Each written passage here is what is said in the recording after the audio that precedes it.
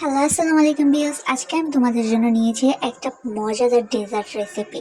আর এই ডেজার্টটা যদি তোমরা একটাবার মুখে খাও, এত মজা, ভীষণ মজার একটা ডেজার্ট রেসিপি। চলো আজ শুরু করা যাক।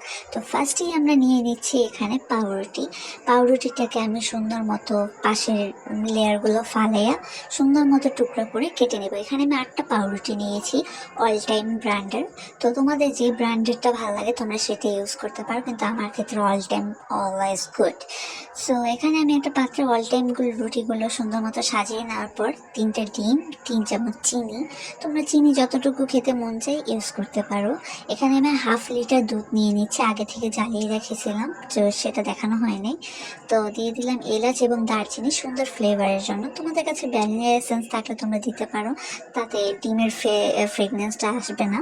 তো এখন উপরে কিশমিশ দিয়ে সাজিয়ে দেওয়ার পর এখন একটি পাত্রে আমি পানি দিয়ে দিচ্ছি এবং এই পানিটার উপর এই পাত্রটা দিয়ে দেবো 45 মিনিটের জন্য। তো তোমাদের যদি ওভেন থাকে তাহলে ওভেনের টাইম সেট করে নিবা। তো আমার কাছে ওভেন নেই, সেজন্য আমি পাত্রে পানি দিয়ে নিয়েছি। যখন বানাইছি, এটা হচ্ছে পরের দিনের ভিডিওটা। ডেজার্টটা সবসময় ঠান্ডাই পছন্দ, সেজন্য ঠান্ডা করেই নিছি। আর এটা খেলে মনেই হবে না তুমি কি খাচ্ছ। আর ভালো লাগলে সাবস্ক্রাইব করে দিও। আল্লাহ হাফেজ।